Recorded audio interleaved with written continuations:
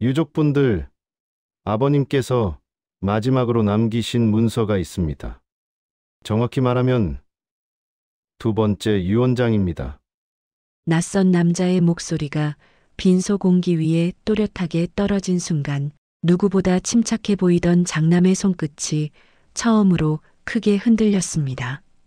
조용하던 장례식장은 그 말 한마디로 숨결까지 멈춘 듯한 기류가 흐르고 둘째와 막내딸의 시선이 동시에 봉투로 꽂히며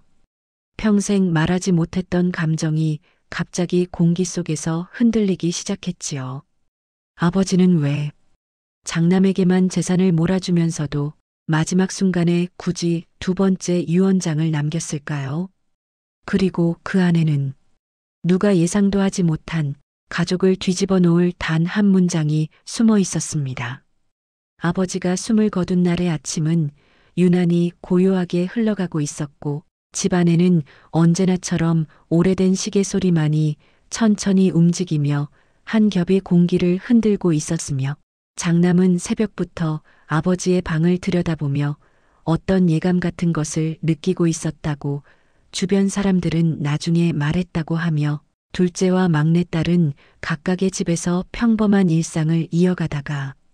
전화 한 통을 받은 순간부터 호흡이 길게 흔들리는 느낌을 떨치지 못하며 급히 준비를 서둘렀고 그렇게 한 사람씩 모여드는 동안 거실의 공기는 묘하게 가라앉아 어느 누구도 먼저 말을 꺼내지 못하는 침묵 속으로 서로를 밀어넣고 있었으며 아버지가 평생 지켜온 절제된 태도와 말수가 적었던 성향이 마지막 순간까지 가족을 조용한 긴장 속으로 묶어두는 듯한 느낌이 감돌고 있었다.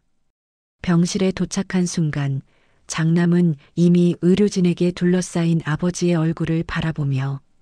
움직임을 잃은 손끝을 한번 만져보고는 더 말할 수 없는 감정들이 한꺼번에 밀려오는 결유에 잠시 눈을 감고 있었고 둘째는 한 발 뒤에서 조심스럽게 아버지를 바라보며 무언가 말하고 싶은 듯 입술을 움직이다가 결국 아무 말도 하지 못한 채 서 있었으며 막내딸은 남보다도 더 많은 거리를 두고 서서 아버지의 마지막 모습을 천천히 바라보면서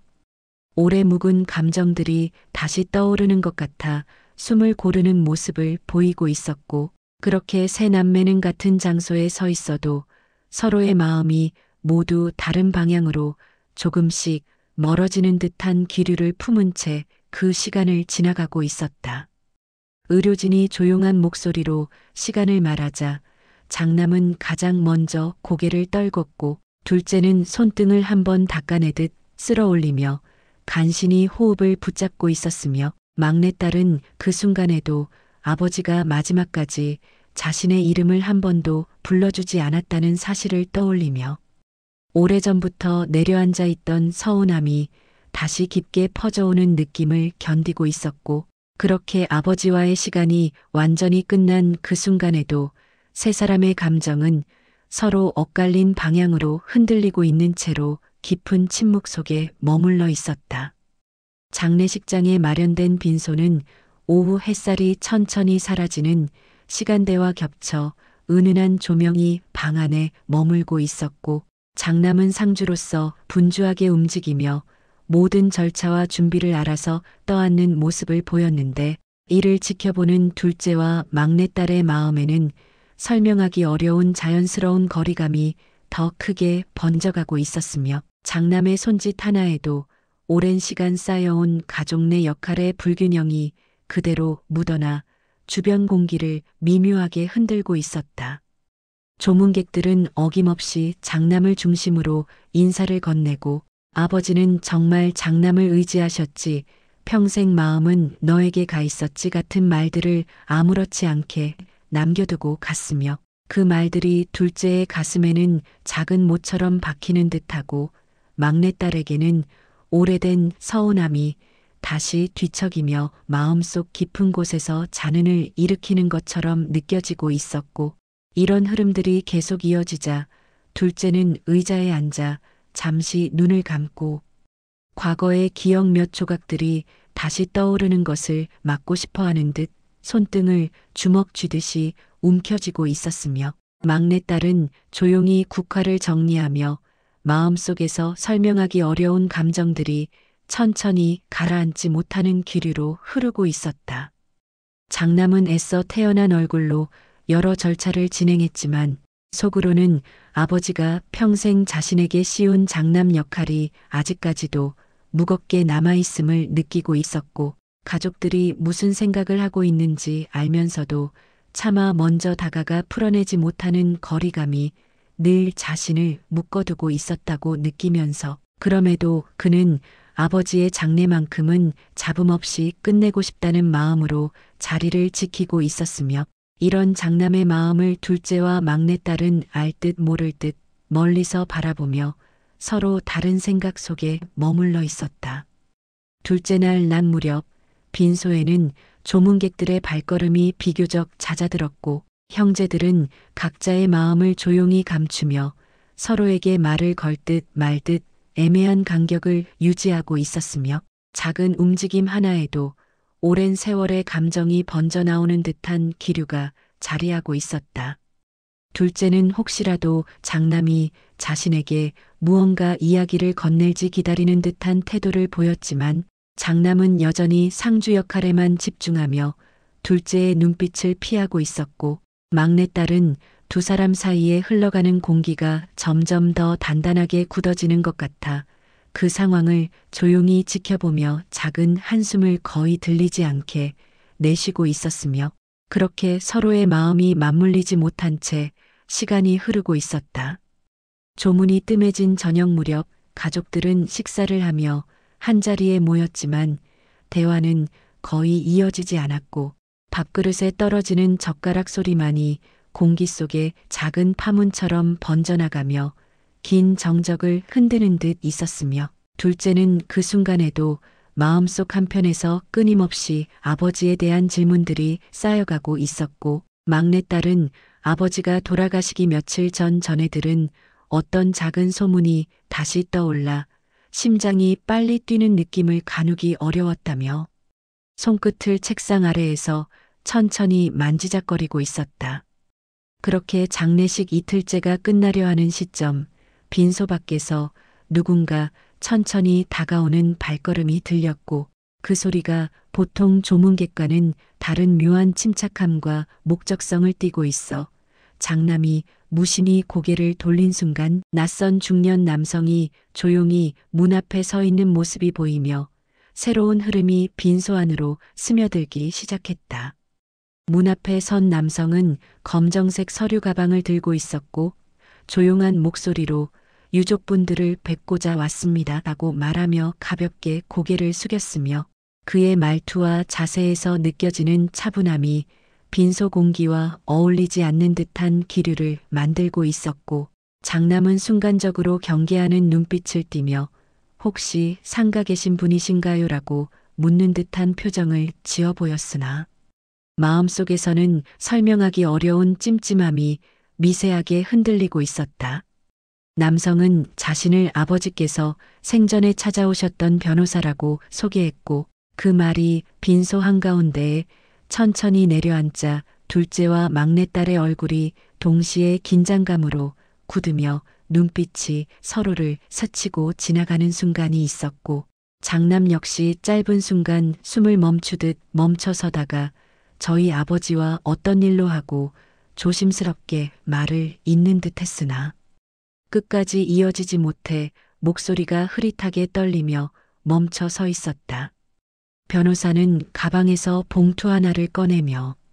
아버님께서 마지막으로 남기신 것이 있어 발인 전 가족분들께 전달하라는 지시가 있었습니다라고 말했고 그 말이 떨어지는 순간 빈소안 공기는 이전과는 전혀 다른 평평한 정적 속으로 빨려 들어가듯 멈춰 있었으며 둘째는 자리에서 일어설까 말까 고민하는 몸짓을 보이다가 결국 손끝을 조용히 모으며 그 자리에 앉아 있었고 막내딸은 심장이 조금 더 빠르게 뛰는 느낌의 깊은 숨을 들이켜며 변호사의 손에 들린 봉투를 오래 바라보고 있었다.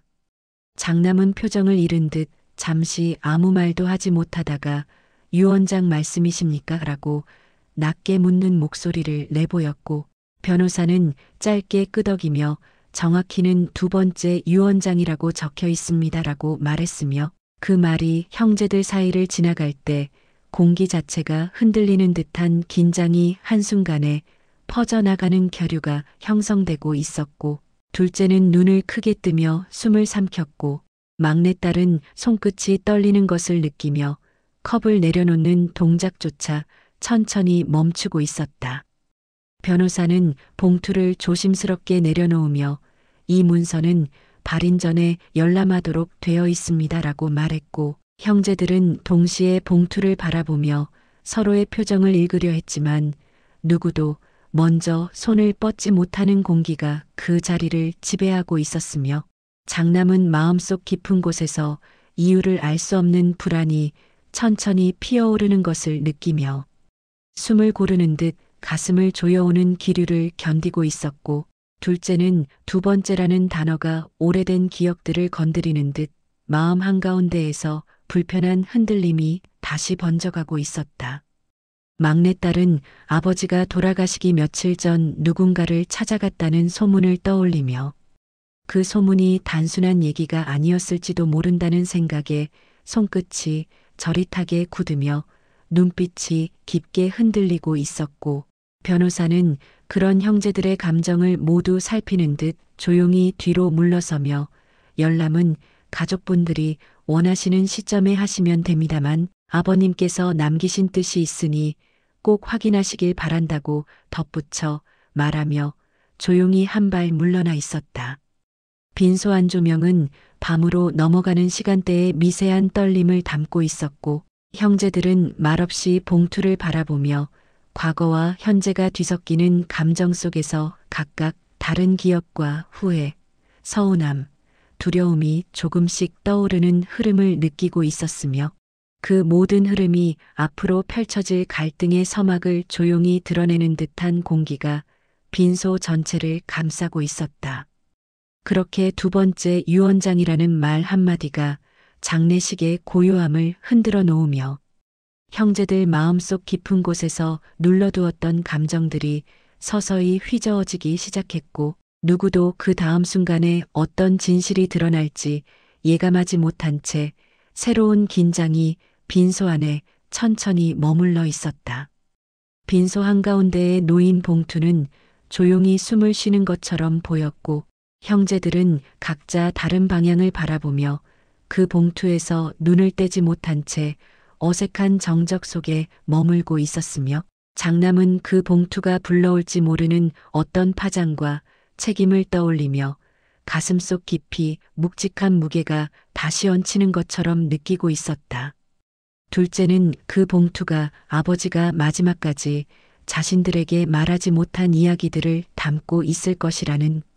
불길한 예감과 작은 기대가 뒤섞이는 감정 속에 머물며 손끝을 조심스럽게 만지작거리고 있었고 막내딸은 봉투의 모서리를 바라보는 동안 오래전 아버지가 자신에게 남겼던 차가운 태도와 조용한 무관심이 다시 떠올라 봉투 안에 담긴 글자 하나에도 상처가 더 깊게 새겨질지 모른다는 두려움을 조용히 삼키고 있었다. 변호사는 가족들이 서로의 눈치를 보며 봉투를 향해 아무도 손을 내밀지 못하는 모습을 살피다가 이건 아버님께서 생전 마지막 순간에 가장 신중하게 작성하신 문서로 기억합니다라고 말했으며 그 말이 빈소 공기 위로 떨어지는 순간 긴장된 정적이 한층 더 두꺼워지는 듯했고 형제들은 동시에 숨을 들이켰지만 누구도 먼저 움직이지 못하고 있었다. 장남은 결국 봉투를 향해 천천히 손을 뻗었다가 다시 멈추며 자신의 행동이 동생들에게 어떤 의미로 받아들여질지 계산하듯 한 걸음 뒤로 물러서는 모습을 보였고 둘째는 그런 장남의 멈칫거림을 바라보며 오랫동안 마음속 깊이 눌러두었던 감정들이 또다시 흔들리는 것처럼 느끼고 있었으며 막내딸은 그 장면을 조용히 지켜보며 앞으로 다가올 무언가가 이 가족을 다시 한번 뒤흔들 것 같은 기류를 감지하고 계속 숨을 고르고 있었다. 봉투는 손대지 않았음에도 가족들 사이를 천천히 파고드는 것처럼 보였고 오랜 세월 쌓였던 서운함과 오해가 봉투 한 장을 중심으로 다시 피어오르는 듯한 흐름이 빈소 안에 놓여 있었다. 장례식 셋째 날 아침 빈소의 공기는 전날보다 더 차분했지만 그 차분함은 따뜻한 정적이 아니라 서로의 감정을 더욱 조심스레 숨겨야 하는 부담 같은 분위기로 이어지고 있었고 형제들은 무엇을 먼저 이야기해야 할지 모르는 채 각각의 자리에서 오래 앉아 있었다. 장남은 조문객들을 맞이하며 상주 역할을 이어갔지만 전날 변호사가 전한 말이 계속 머릿속 한 켠에서 떠나지 않아 인사말조차 군데군데 끊기는 느낌이 들었고 둘째는 장남의 그런 모습을 바라보며 장남도 흔들리고 있다는 사실을 처음으로 인식하는 듯한 눈빛을 보였으며 막내딸은 오랜만에 한 가족이 된 이 장례식에서조차 서로의 마음이 단 한순간도 맞닿지 못하고 있다는 사실이 더 깊은 허무함처럼 스며오는 기류를 느끼고 있었다. 조문객들 중 일부는 아버지가 생전에 편찮으셨다는 얘기를 들었는데 자녀분들께 아무 말씀도 안 하셨나라는 질문을 조심스럽게 던졌고 그 순간 형제들의 시선이 서로를 향해 스치는 짧은 순간이 있었지만 누구도 답을 하지 못한 채 곧바로 다른 방향으로 눈을 돌렸으며 그 작은 질문 하나도 가족 안에 쌓여있는 감정의 결을 건드리는 듯 했고 그 결이 너무 쉽게 흩어질 수도 있을 것 같아 모두가 조심스러운 숨을 고르고 있었다. 둘째는 빈소 한쪽에 놓인 아버지의 사진을 바라보다 어느 순간 깊은 생각에 잠기는 눈빛을 보였고 그 눈빛에는 아버지와의 관계 속에서 자신이 느꼈던 부족함과 서운함이 다시 천천히 떠올라 가슴 아래쪽에서 묵직하게 머물러 있었으며 막내딸은 그런 둘째의 표정을 바라보며 공감과 안쓰러움이 교차하는 감정을 조심스레 품고 있었다. 장남은 빈소 밖에서 한참 동안 서류를 정리하는 변호사의 모습을 보고 잠시 발걸음을 멈춘 채 그를 바라보다가 아버지가 그와 어떤 이야기를 나누었을지 상상할 용기가 나지 않아 다시 돌아서며 긴 숨을 천천히 내쉬고 있었다. 그 숨결 속에는 오래된 부담과 아직 드러나지 않은 불안이 얇은 막처럼 남아 있었다. 저녁 시간이 다가오며 빈소의 사람 수가 줄어들자 형제들은 한자리에서 마주 앉게 되었고 따뜻한 음식이 앞에 놓여 있었지만 누구도 숟가락을 제대로 들지 못한 채 침묵 속에 머물고 있었으며 작은 움직임 하나에도 감정의 결이 금방 흔들릴 것 같은 공기가 퍼지고 있었다. 둘째는 용기를 내어 작은 목소리로 그 변호사 아버지께서 언제 찾아오셨다는 얘긴가요? 라고 조심스럽게 물었지만 장남은 그의 질문을 바로 받아들이지 못하고 숟가락을 내려놓으며 천천히 숨을 들이키고 있었고 막내딸은 두 사람 사이의 대화가 아주 작은 파동만으로도 금방 커질 수 있음을 인지하며 조심스레 눈빛을 주고받고 있었다. 장남은 결국 나도 몰랐어. 아버지가 그런 분을 만나셨다는 것도 처음 들었어라고 짧게 답했는데 그 말 끝에는 장남 스스로도 인정하지 못하고 있던 감정의 흔들림이 담겨 있었고 둘째는 그 말을 들으며 아버지가 자신들에게 말하지 않은 모든 것들에 대한 의문이 다시 커지며 마음 깊은 곳에서 오래된 허전함이 더 크게 번지고 있었다. 막내딸은 아버지가 생전에 자신에게 한마디 따뜻한 말을 건네지 않았던 기억들이 반복해서 떠오르며 그 기억들 속에 숨겨진 이유가 혹시라도 유언장 안에서 드러날지도 모른다는 생각에 눈가가 조금 시큰해지는 기류를 느끼고 있었고 그 감정을 들키지 않으려 천천히 고개를 돌려 빈소 바깥을 바라보고 있었다. 그렇게 서로 말하지 못한 마음들이 한자리에서 어긋나는 방향으로 흐르기 시작했고 장례 둘째 날의 긴장과 의문들이 셋째 날 저녁에 다시 스며들며 가족의 균열을 조금씩 더 넓히고 있었다. 밤이 깊어지며 빈소에는 약한 조명이 아버지의 영정사진을 고요하게 비추고 있었고 어느 누구도 먼저 입을 열지 못한 채 보는 이마다 생각이 다른 표정을 하고 있었다. 장남은 결국 봉투를 손에 들어 올리며 지금 열어야 할까? 라고 낮게 말했지만 그 말조차 강한 의도를 담고 있지 않아 동생들의 눈치를 살피는 듯한 떨림이 가라앉아 있었고 둘째는 그 말에 반사적으로 고개를 들었다가 다시 시선을 내려 아버지 사진을 바라보며 마음속 깊이 걸쳐진 무언가가 흔들리는 듯한 기류를 느끼고 있었다. 막내딸은 봉투를 바라보다가도 쉽게 말할 수 없었으며 아버지에 대한 지난 기억들이 봉투의 색과 겹쳐 떠오르는 바람에 숨을 고르는 일조차 어렵게 느껴졌고 변호사는 뒤쪽에서 한 발 떨어진 자리에서 그들 셋의 감정을 조용히 살펴보며 부담스럽지 않으실 때 열람하셔도 됩니다라고 잔잔하게 덧붙였지만 그 말조차 형제들의 호흡을 더 흔드는 듯한 기류를 남기고 있었다. 장남은 봉투를 손끝에서 굴리듯 가만히 잡고 있었고 봉투 끝이 미세하게 떨리는 모습에서 그의 마음속 불안과 갈등이 그대로 드러나는 듯 했으며 둘째는 봉투를 바라보는 장남의 표정에서 처음으로 동생으로서만 느끼던 감정이 아닌 한 인간으로서의 피로와 고민이 슬며시 드러나는 것을 보고 잠시 눈을 떼지 못하고 있었다.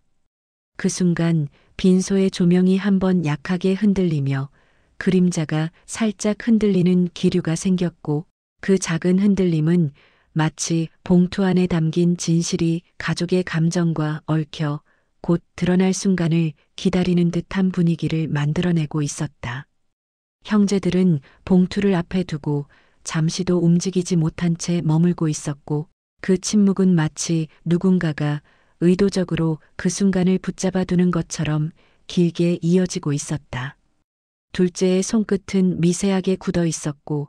마음속에서는 아버지가 살아있을 때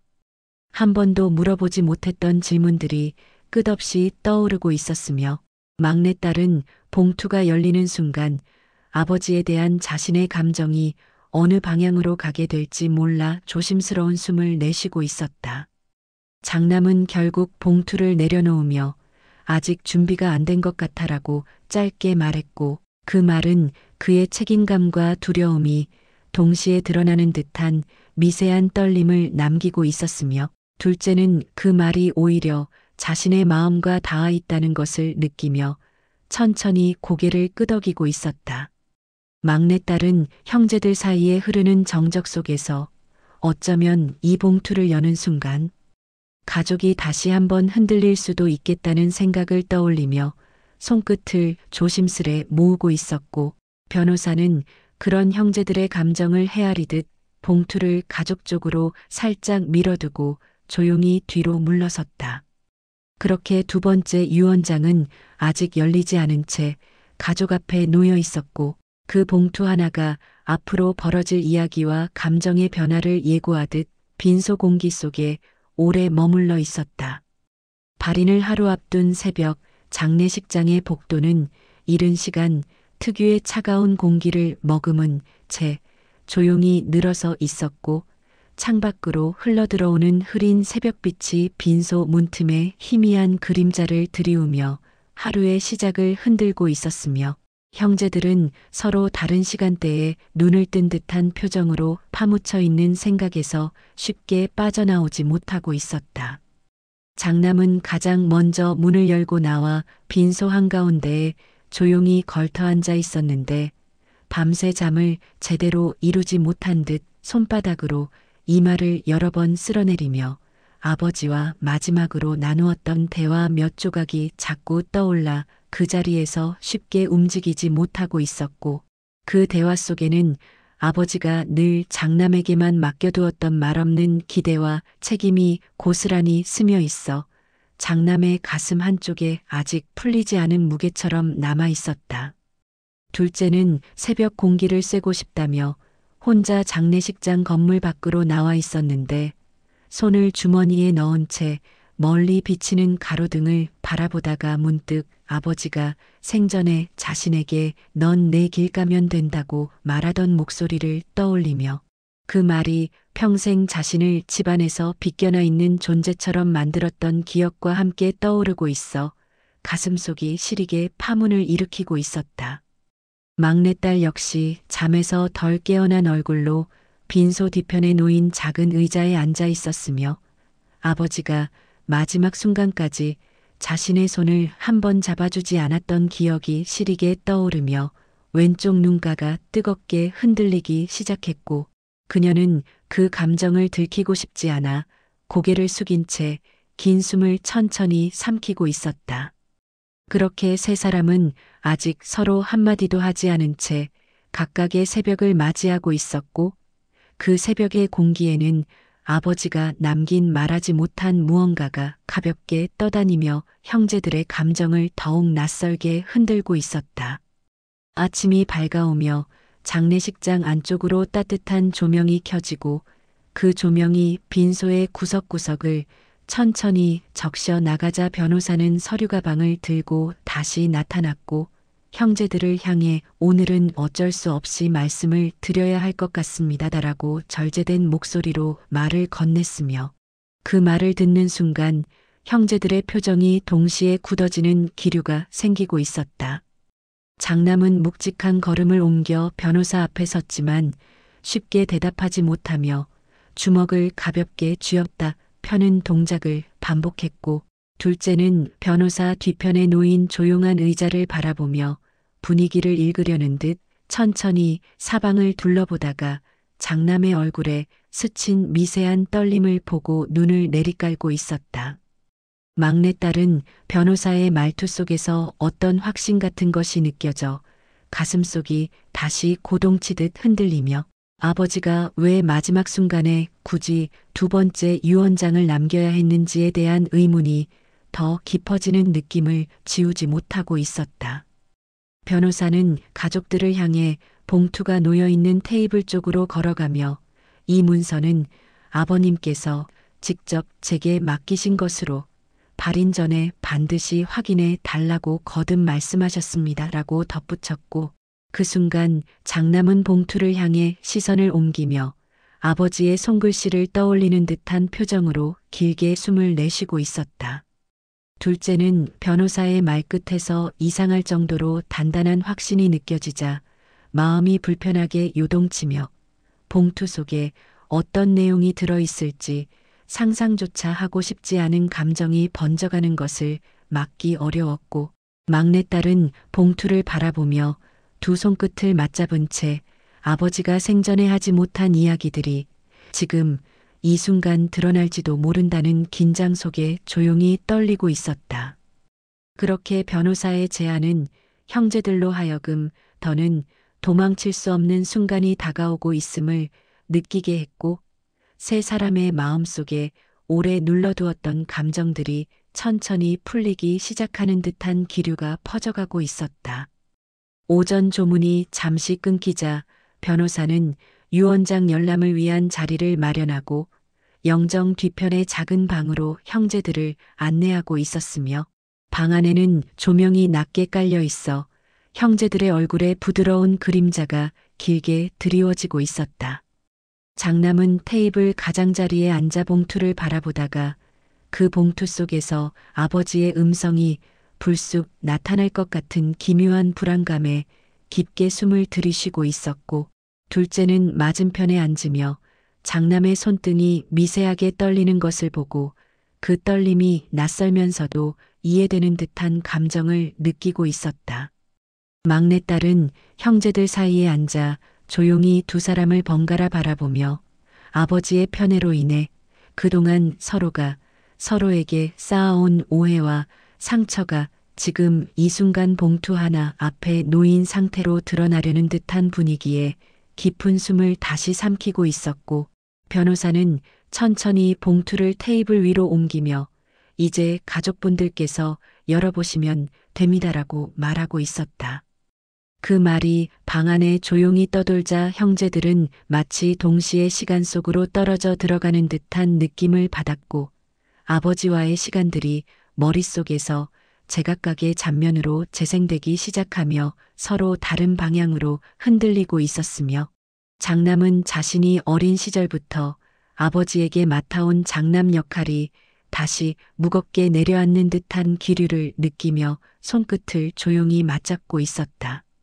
둘째는 테이블 아래에서 발끝을 조심스럽게 움직이며 긴장을 풀려고 했지만 아버지에게 한 번도 들은 적 없던 따뜻한 말 한마디가 떠오르지 않아 마음속이 다시 허전하게 쓸려나가는 느낌에 잠시 눈을 감고 있었고, 막내딸은 양손으로 무릎을 천천히 쓸어내리며 아버지가 남긴 말 한마디가 자신을 더 무너뜨릴지 아니면 조금이나마 위로가 될지 알 수 없는 감정 속에 조용히 앉아 있었다. 그렇게 형제들은 서로의 눈빛 속에서 과거가 겹쳐지는 순간을 맞고 있었고, 방 안 공기는 어떤 결정적 장면이 곧 펼쳐질 것 같은 미세한 긴장으로 서서히 굳어가고 있었다. 장남은 결국 봉투를 향해 손을 뻗었고, 봉투 끝을 잡는 순간 그의 손가락이 순간적으로 굳어져 있었으며, 그 작은 떨림이 방 안 전체의 숨결을 흔드는 듯한 기류를 만들고 있었다. 장남이 봉투 봉인을 천천히 뜯자 바스러지는 종이 소리가 조용한 방 안에 선명하게 퍼졌고, 둘째는 그 소리가 마치 오랜 시간 닫혀있던 문을 여는 울림처럼 느껴져 숨을 들이켰으며, 막내딸은 그 순간 손끝을 모으며 눈을 살짝 감고 있었다. 장남은 봉투에서 접힌 종이를 꺼내 한번 펼쳐들었고, 종이 끝이 미세하게 떨리는 것이 그의 마음속 복잡한 감정들을 고스란히 보여주는 듯 했으며, 변호사는 조용히 한쪽에 서서 그들의 감정을 방해하지 않으려 천천히 시선을 거두고 있었다. 장남이 첫 문장을 읽기 시작하자 방 안의 공기는 흐르던 방향을 완전히 바꾸는 듯한 긴장으로 가득해졌고, 그 문장 속에는 아버지의 손글씨로 남겨진 예상 밖의 문장이 자리하고 있었으며, 그 글자 하나하나가 형제들의 마음을 다른 방식으로 흔들고 있었다. 아버지는 첫 문장에서 이렇게 남겨두고 있었다고 장남은 읽어내려가고 있었는데, 내가 너희에게 남기는 이 글은 미안함과 후회의 무게를 담고 있어 쉽게 쓰기 어려웠다고 적혀 있었으며, 그 말을 듣는 순간 둘째는 숨을 삼키며 메마른 눈가가 순간적으로 흔들리고 있었다. 막내딸은 아버지가 미안함이라는 단어를 적었다는 사실만으로도 가슴이 갑자기 젖어 오는 듯했고, 그 단어가 생전 자신에게 한 번도 들려준 적 없는 감정의 고백처럼 느껴지며 눈이 시큰하게 무거워지고 있었다. 장남은 이어서 다음 문장을 읽어내려가고 있었는데, 나는 평생 장남에게 많은 짐을 맡겼고 그 짐이 너희에게 오해를 만들었다는 것을 뒤늦게 깨달았다는 아버지의 고백이 담겨 있었으며, 그 말을 듣는 순간 장남의 어깨가 천천히 내려가며 지난 세월 속에서 묵혀있던 감정들이 조용히 흔들리고 있었다. 둘째는 그 문장을 듣고 고개를 들며 장남의 얼굴을 바라보았는데, 그 순간 장남의 표정 속에서 처음 보는 약한 흔들림이 어렴풋하게 스쳐 지나가는 것을 보고 마음속 깊은 곳이 갑자기 조용히 풀어지는 듯한 기류를 느끼고 있었다. 그리고 이어지는 문장 속에서 아버지는 둘째에게는 무심한 듯 다가시었고, 막내딸에게는 표현하지 못한 애정이 있었다고 적어두었으며, 그 말이 방 안에 울리자 막내딸은 고개를 들지 못한 채 조용히 눈을 감으며 뜨거운 숨이 가슴 아래쪽에 오래 머물러 있었다. 그렇게 유언장이 열리는 순간 오랜 시간 묵혀있던 감정들이 한꺼번에 흔들리고 있었고, 형제들은 이제 그 다음 문장에 어떤 진실이 담겨 있을지 예감하기 어려운 감정 속에 자리를 지키고 있었다. 장남은 손끝을 한번 떨며 다음 문장을 천천히 읽기 시작했고, 그 문장 속에는 아버지가 마지막까지 마음속에 품고 있었던 진짜 이유가 조용히 드러나기 시작하고 있었다. 아버지는 내가 모든 재산을 장남에게 준 것은 사랑이 아니라 벌이었다고 적어두었고 그 문장을 읽는 순간 방 안의 공기가 완전히 멈추는 듯한 정적이 흘렀으며 장남은 종이를 잃어버릴 것처럼 손이 순간적으로 굳어 있었다. 둘째는 그 말을 듣고 믿기 어렵다는 표정으로 장남을 바라보았고 막내딸은 심장이 크게 뛰며 아버지의 의도가 도대체 어떤 의미였는지 이해하려 애쓰는 듯 손끝을 조심스럽게 움켜쥐고 있었다. 유언장에는 그 이유가 이어서 적혀 있었는데 장남이 나의 가장 큰 기대이기도 했지만 가장 큰 실망이기도 했기에 모든 짐을 홀로 안고 인생을 되돌아보게 하고 싶었다고 적혀 있었으며 그 말이 장남의 마음에 깊고 묵직한 그림자를 드리우고 있었고 둘째와 막내딸은 그 말 속에 담긴 아버지의 복잡한 감정과 후회가 피부에 느껴질 정도로 선명하게 다가오고 있었다. 이어지는 문장은 더욱 조용한 울림을 차고 있었는데 나는 너희 셋에게 모두 미안했고 특히 너희가 서로 멀어진 것이 내 탓이라는 걸 뒤늦게 알았다고 적혀 있었으며 그 말은 형제들의 마음을 동시에 부드럽게 흔들어 놓고 있었다. 장남은 그 문장을 읽으며 고개를 살짝 떨구었고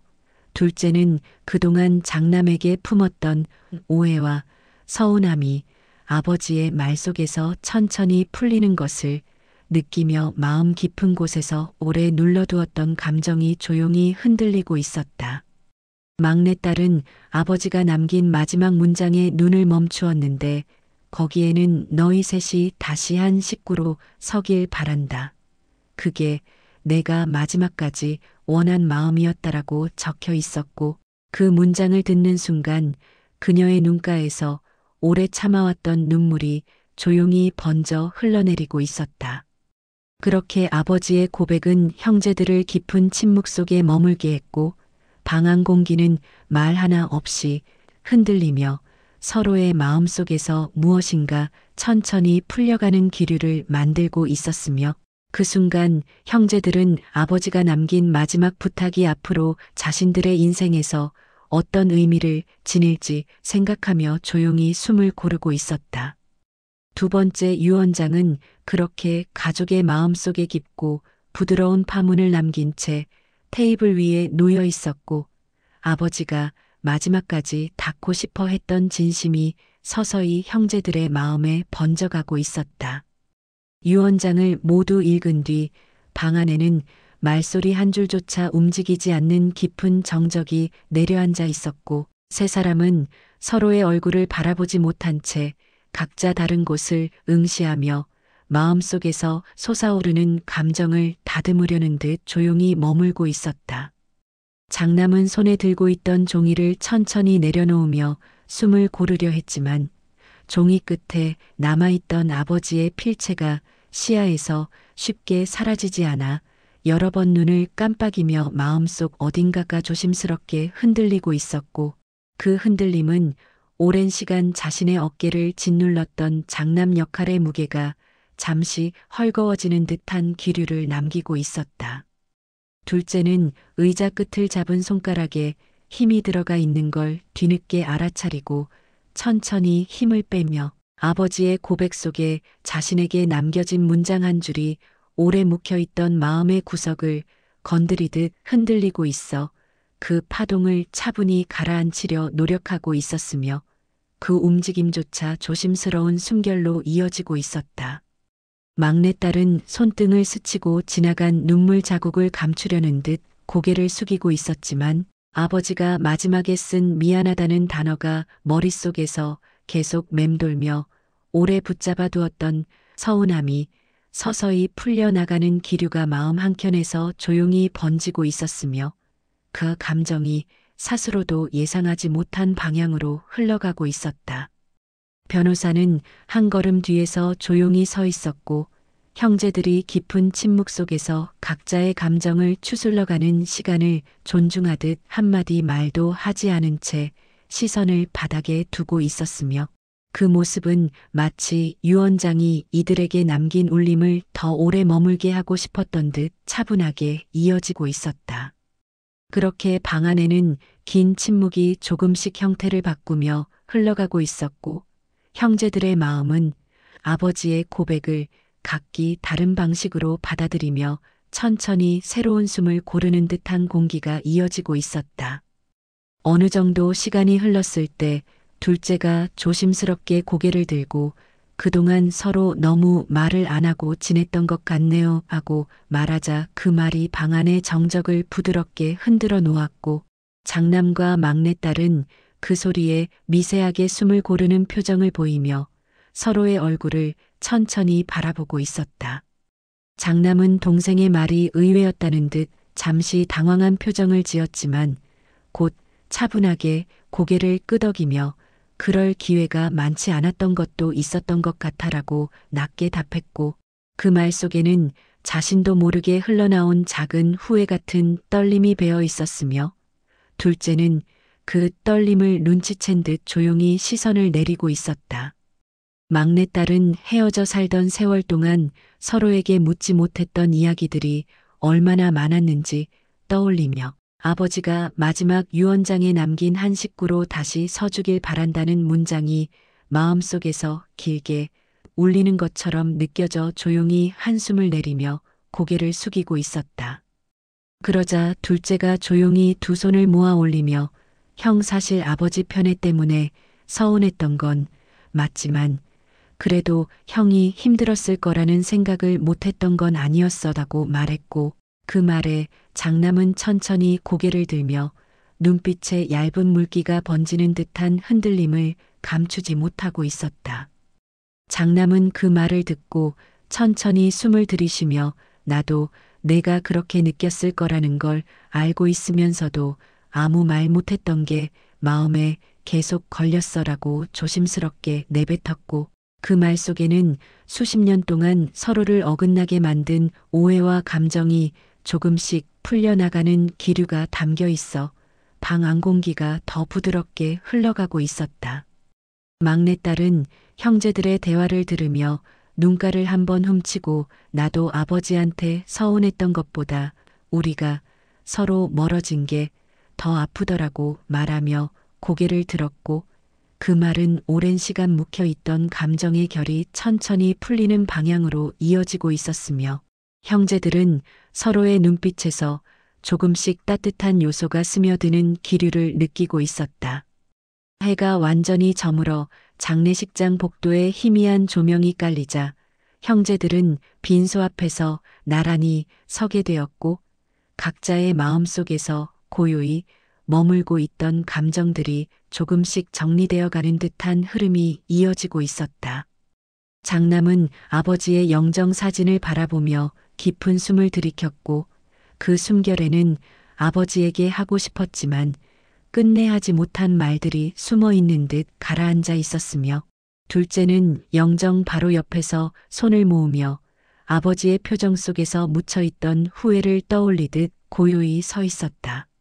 막내딸은 아버지의 사진 아래에 놓인 꽃들을 바라보다가 그 꽃들 사이에 스며 있는 향기 같은 것 속에서 어린 시절의 조각들이 희미하게 떠오르며 가슴속이 조금씩 따뜻하게 젖어 오는 기류를 느끼고 있었고 그 감정이 오래도록 자신을 붙잡아 두던 서운함과 혼합되며 새로운 방향으로 흐르는 듯했다.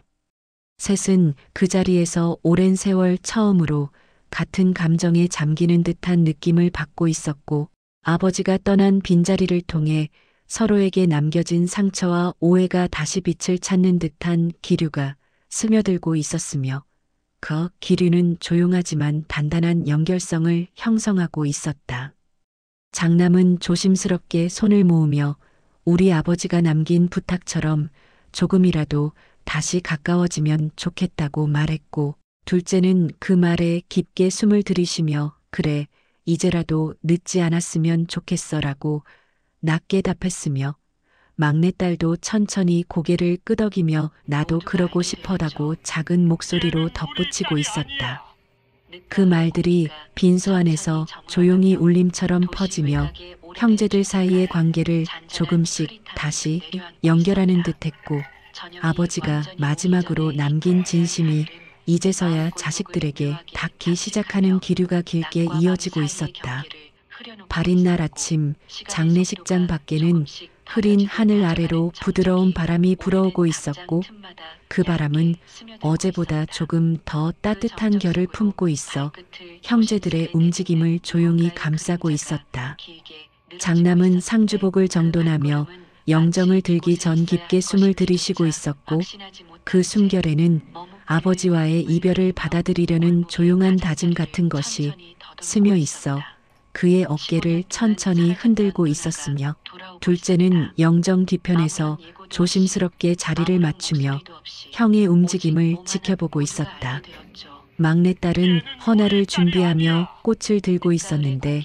꽃잎 사이에서 풍겨 나오는 향이 아버지의 마지막 유언과 겹치는 듯한 울림을 남기며 마음속을 천천히 흔들고 있었고, 그 감정이 서서히 고요하게 번지며 깊은 울림처럼 오래 머물러 있었다. 발인이 시작되자 형제들은 누구보다도 조용하게 움직였고, 장남의 손끝은 영정을 놓치지 않으려는 듯 단단해 보였지만, 마음속에서는 아버지의 마지막 고백이 계속 떠오르며 복잡한 감정이 천천히 지나가고 있었다. 둘째는 운구차 뒤편에 서서 장남의 뒷모습을 바라보다가 그 뒷모습이 평생 아버지의 기대 아래에서 흔들리던 한 인간의 모습으로 보이며 마음 한 곳이 조용히 짜릿하게 흔들리고 있었고, 막내딸은 그 장면을 함께 바라보며 형제를 향한 오래된 오해가 조금씩 풀려가는 기류를 느끼고 있었다. 운구차가 천천히 움직이기 시작하자 세 사람은 조용히 고개를 숙였고, 그 순간 바람이 살짝 스치며 아버지가 남긴 진심이 마지막으로 자식들의 어깨에 가볍게 내려앉는 듯한 부드러운 감정이 스며들고 있었으며, 그 감정은 오래된 시간 속에서 묻혀있던 모든 감정과 함께 천천히 흐르고 있었다. 발인이 끝난 후 형제들은 장례식장 밖에 작은 벤치에 함께 앉아 있었고, 오랜 시간 떨어져 살았던 사람들이 마치 한 지붕 아래 다시 모인 듯한 조용한 온기가 천천히 감싸고 있었다. 장남은 손끝을 가볍게 털어내며 아버지가 남긴 말 우리가 어떻게 받아들여야 할지 조금씩 생각해보고 싶어다고 말했고, 그 말 속에는 장남으로서가 아닌 한 사람으로서 동생들과 다시 마주하고 싶은 마음이 조심스레 묻어나 있었으며, 둘째는 그 말에 부드럽게 고개를 끄덕이고 있었다. 막내딸은 벤치 아래에서 손을 모으며 우리 셋이 이렇게 앉아 있는 것도 참 오랜만이네라고 조용히 말했고, 그 말이 형제들 사이에서 가벼운 파동처럼 퍼지며 서로를 조금 더 가까이 끌어당기고 있었다. 장남은 동생들을 바라보며 앞으로는 예전처럼 서로 모르는 채로 지내지 않았으면 좋겠어라고 말했고, 둘째는 그 말에 작은 미소를 지으며 어차피 가족인데 이제라도 다시 해보면 좋지라고 답했고, 막내딸도 잔잔하게 웃으며 그래, 우리 이제부터 다시 시작하면 되지 않을까라고 말하고 있었다. 그 말들이 서로의 마음속에서 부드러운 온기로 스며들며 아버지가 마지막으로 남긴 당부가 형제들의 삶 속에서 천천히 자리 잡기 시작하는 기류가 생기고 있었고, 그 기류는 오랫동안 멀어져 있던 관계가 다시 이어지는 첫걸음처럼 보이고 있었다. 하늘은 여전히 흐렸지만 어딘가에서 작은 빛이 천천히 스며나오는 듯한 부드러운 색감을 띠고 있었고, 그 빛은 형제들의 표정을 조금 더 따뜻하게 비추며 서로에게 다시 내밀기 시작한 손끝에 작은 희망의 온기를 머물게 하고 있었다. 그렇게 아버지가 남긴 마지막 고백과 부탁은 형제들의 마음속을 오래 맴돌며 세 사람의 삶에 조용하지만 깊은 변화를 만들어내는 미약한 결이 되어 앞으로의 길 위에 스며들고 있었으며, 그 여운은 바람 끝에서 오래 머물러 있는 듯 서서히 퍼져나가고 있었다.